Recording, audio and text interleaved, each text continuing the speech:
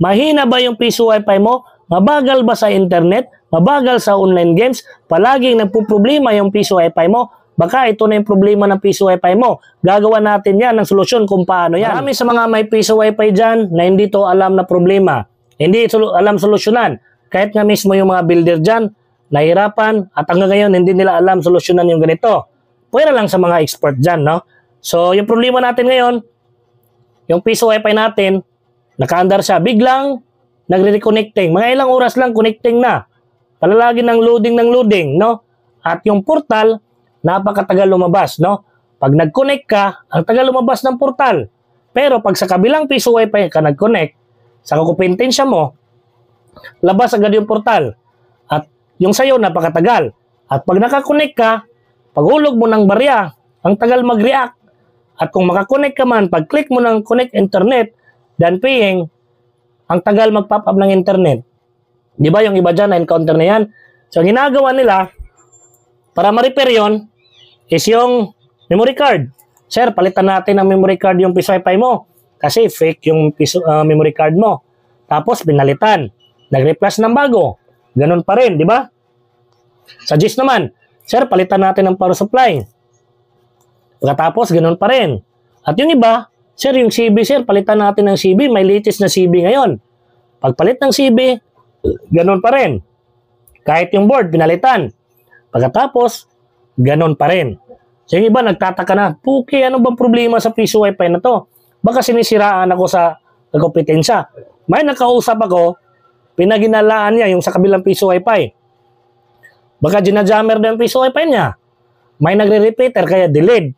Nawala yung internet, kailangan bunutin, saksak ulit, para bumalik yung internet, no?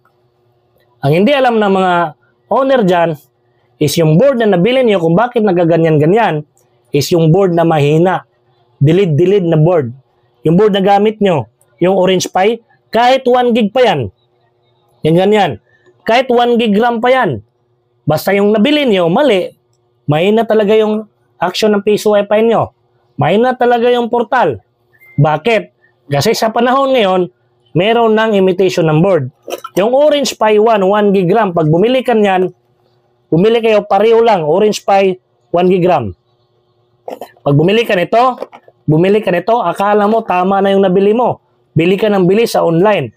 Nagtataka ka, sira yung board mo, set aside mo yung board, pinalitan mo ng bago, pero the same store.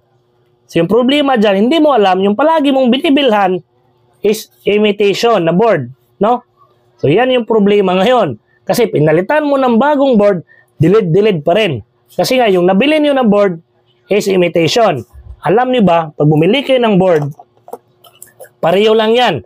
Pag inopen yung laman, yung board niyan, pareho lang ng itsura, magtataka kayo. Hindi nyo malalaman kung alin yung original, alin yung imitation. Kung hindi, dalawa yung board nyo na bilhin. I-compare nyo yung original at saka imitation. At alam niyo ba, sa karton pa lang, malalaman nyo na yung imitation at saka original na board. Dalawang klase na board ito na binili ko. Sinadya ko bilhin itong isa para maipakita ko sa inyo. Kung titingnan nyo, alin sa dalawa yung original, kaya nyo ba malaman kung alin sa dalawa? Pareho lang, no? Kaya nyo ba malaman? Yan. Napakahirap hawakan. Yan. Diba? Pareho lang. So ngayon, ituturo ko sa inyo kung alin dito ang original sa dalawa na to. Yung original dito, ito. Yung nasa kaliwa. At yung imitation naman, nasa kanan. Kung natataka kayo kung ano yung palatandaan, napakadali lang. Dito banda, kung titingnan mo dito, yung mga logo dito, baliktad pala itong isa. Yan. Para malaman yung imitation dito, ang original dito, itong ROHS, no? Itong Restriction of Hazardous Substances, kulay green. At dito naman banda, Xerox copy lang, ROHS, Restriction of Hazardous Substances, black yung color. The same, made in China. Made in China rin. Pero ang original na palatandaan dito, itong kulay green, itong ROHS.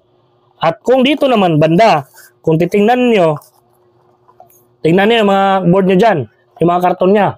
Dito naman banda, malutong yung kaniyang disenyo. malutong yung kulay black. Dito may pagka-fade, no? Itong board na to, binibili ko ito sa Coin Wi-Fi, no? At sa Covis. Covis stores, Coin Wi-Fi, yan. Palagi ako dyan bumibili. Sa kanila mabibili yung mga legit na board. Hindi to naman banda. Binili ko from China talaga, no?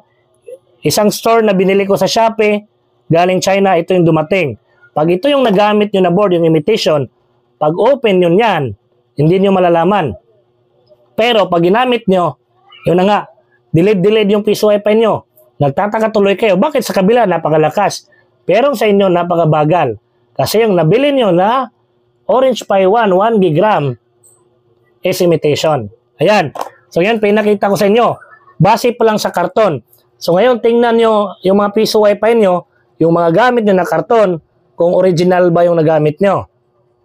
Dalawa yan. Malutong at saka fade. May kulay green at saka wala. So kung nagustuhan nyo yung vlog natin, may natutunan kayo, alam nyo na yung pwedeng gawin. Pa-share ng ating video para marami din tayong matulungan. At syempre, kung magtatanong kayo kung saan mabibili ito, andyan sa comment section yung original na binibilhan ko ng board.